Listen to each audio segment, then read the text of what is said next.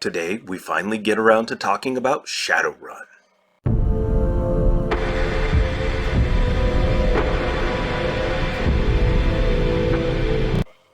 Hello everyone, and welcome back down here to The Gamer's Den, with me, your host, Jordan, your master of lore and storyteller extraordinaire. And we are finally doing it after 3 or 4 years. We are now finally getting around to talking about Shadowrun. But before we get into those details, if you're new here to the channel, go on down there and hit that subscribe button and become a regular member here at the Gamer's Den. Or, if you're already listed as part of such an incredible alumni, then go on down, hit the like button, and share the video far and wide to help us grow ever further, farther, and larger. But now, let's go ahead and get into this. So, for today, we are talking about 5th edition Shadowrun, and there's the cover there for the book. Absolutely incredible, very evocative, very detailed, just right there. It just draws you in, or at least it does me. But what is Shadowrun? Well, it's a cyberpunk setting with a high fantasy twist to it.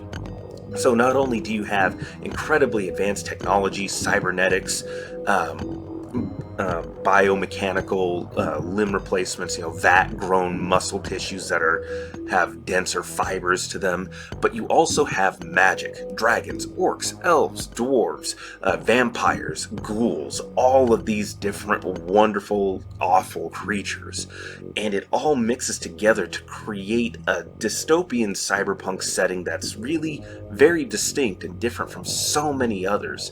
And that's probably one of this game's greatest strengths, is the setting. And the people who put together this book really did a lot to capitalize on that. And each chapter, 11 in total, has a little bit of a preamble, a short story with details and that are built all around and in this setting that help really serve to draw you into what all of this is like, how it all comes together. And it's thought out and realized incredibly well.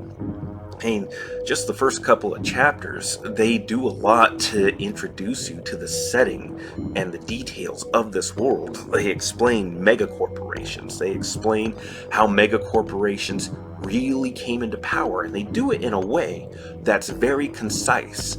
So while there is still a decent amount of reading to be had there, it's all good, detailed. It draws you in. It doesn't feel like you're doing a lot of reading, even though there is a fair bit about the setting. You learn about the state of the world. You learn about the top 10 megacorporations like Ares Macro Technology, or the Evo Corporation as Technology, or the number 1 AAA rated corporation in the world, Cyberpunk, which is run by its dragon CEO Loafware, who has a 100% stake in the company. And he got that by literally burning out and devouring his competition, on top of all the underhanded, shady, and legal gray area tactics that the megacorporations can engage in.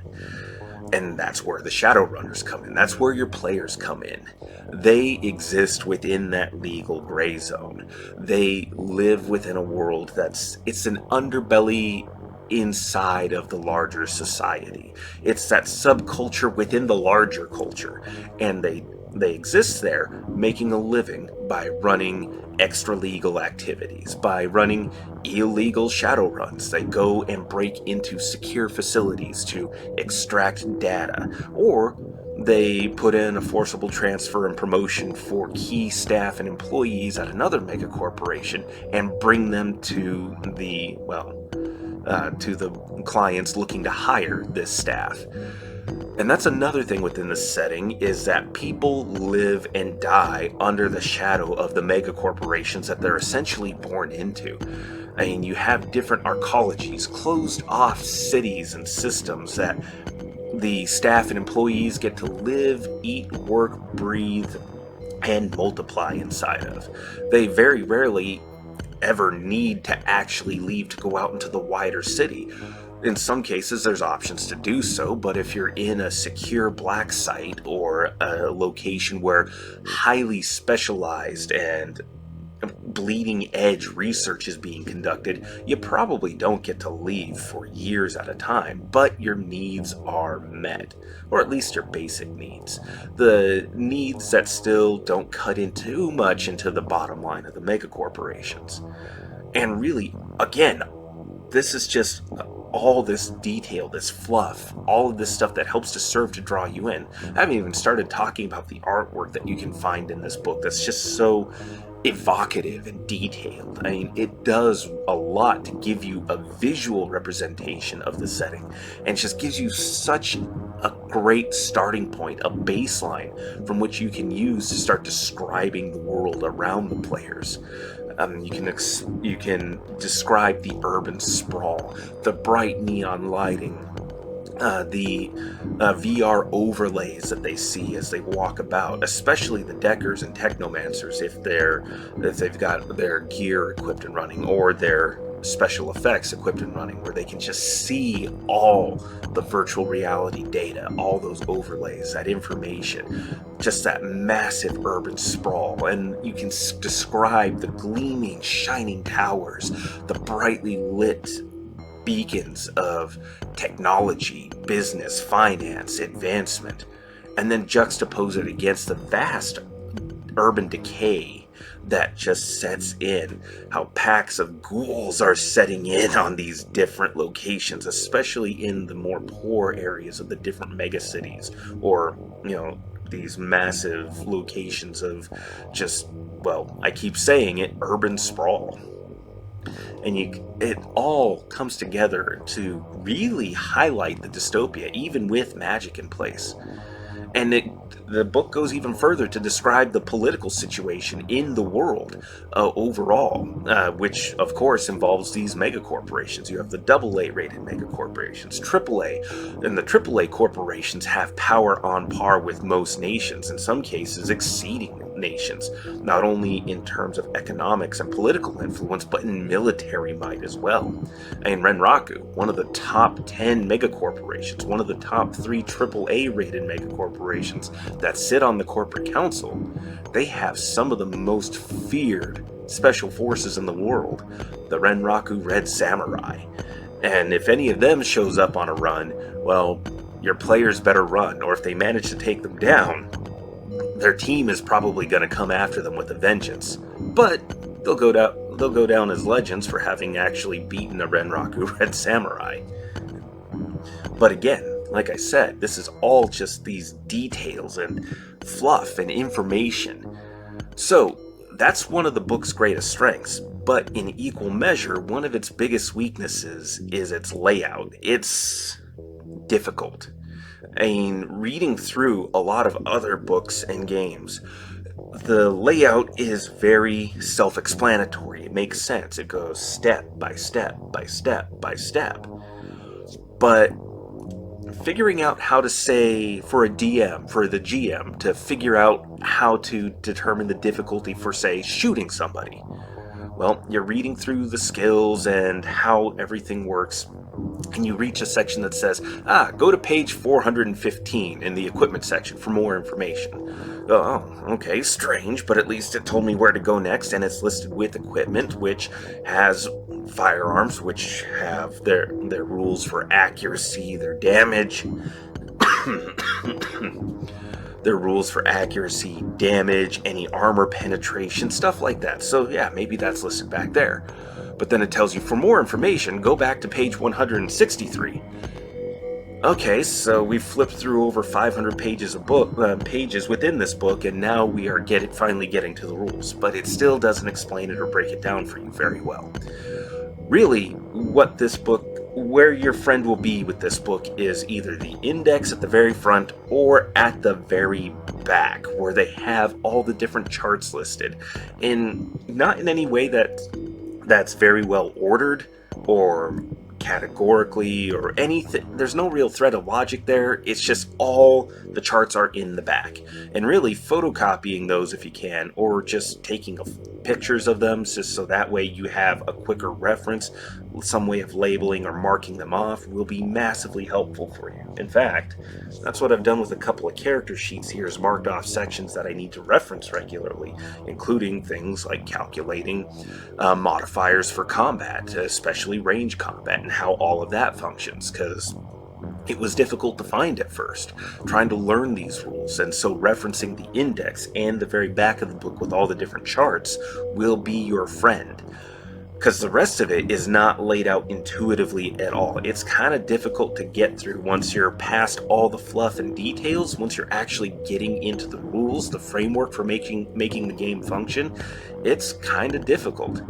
Yes, everything is broken up in chapter, but as I said, you may end up flipping through a few hundred pages to find what you're looking for if you just read the book itself without going to the index or anything, or the back of the book for all the charts. So that's probably the most difficult and frustrating thing with 5th edition. But less difficult, but still frustrating, is how complex some of the rules are. One of the things that the publishers, the writers for Shadowrun, have done with each book, with each successive iteration and edition, is they've updated the world. Not in a way that's completely revisionist and rewrites the history that this game was built on, but in a way that just updates and advances technology so that it's more in line and step with modern day technology, but still has that futuristic sci-fi edge to it. So that's great. That's wonderful. I love all of that. But with that, they try to update the rules, and in some cases, some of the rules probably didn't need all that much updating. And some things get incredibly complex, like calculating the rules for damage and explosions. There's actually a formula in there for calculating the damage in a radius, depending on how much of your explosives you're using and everything, and how much damage that should deal. But you calculate it. Say the explosion is in a room, but it also shoots down a hallway. Makes sense. I mean, the force of the explosion will travel out and go along the path of least resistance and all of that, physics.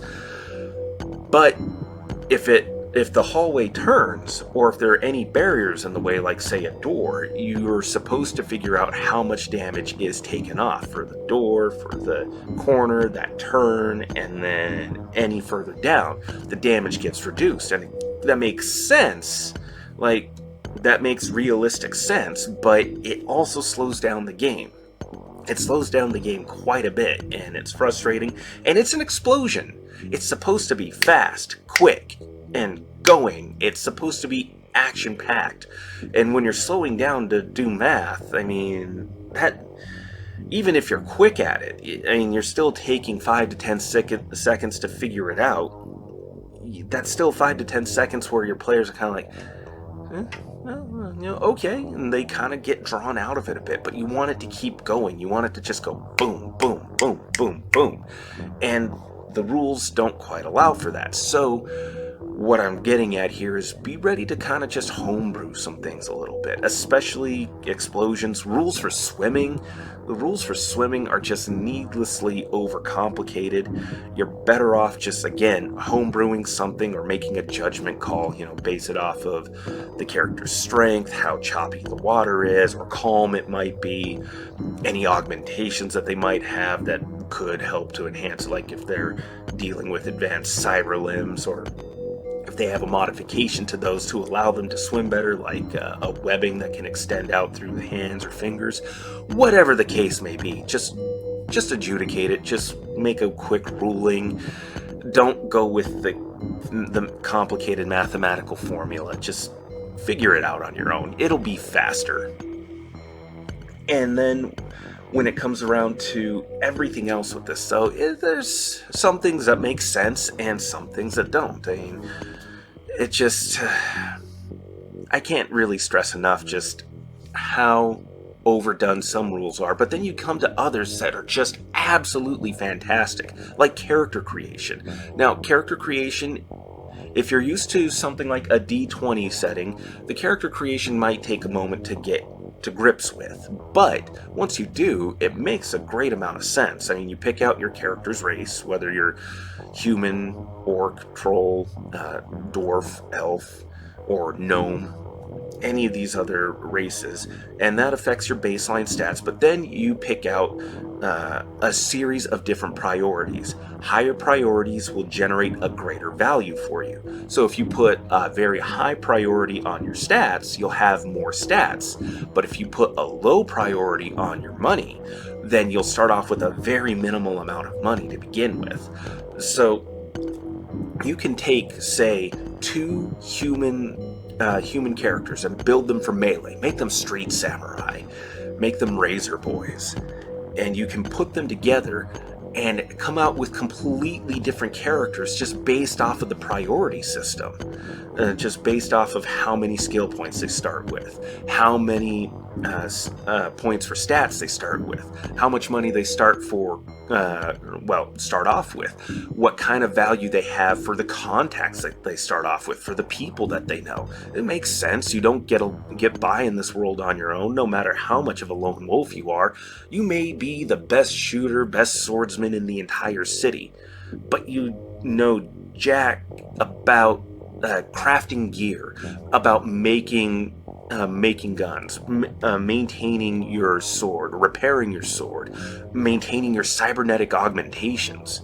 All of that comes together in character creation. This doesn't even touch on the different traits that you can acquire, both positive and negative. And you can acquire negative traits to get extra points for acquiring positive traits. And it all bleeds together to make something really awesome. I mean, my wife's own character, this is one of the first RPGs she got to try, started off with Spirit Bane against Fire Spirits, which means even if an ally shaman or mage were to summon a fire spirit, they have to roll to keep that spirit under control to prevent it from attacking her, even though she's not an enemy to that spellcaster. You also have National Sin, which is the system identification number. Basically think a social security number or whatever kind of ID the government gives you when you're born in your nation of origin. She also has an alcohol addiction, a moderate, but in return she was able to take out Analytical Mind, which gives her a plus 2 bonus to logic tests and things like that. She's bilingual, has a photographic memory, so she gets a plus 2 to memory tests, and has an aptitude for negotiation. And she built this character to be a sniper. So this is a sniper that's capable at negotiating things, has a drinking problem, and if any fire spirits are nearby, she has to keep a close eye on them or be ready to run, because they will pick her out over everybody else.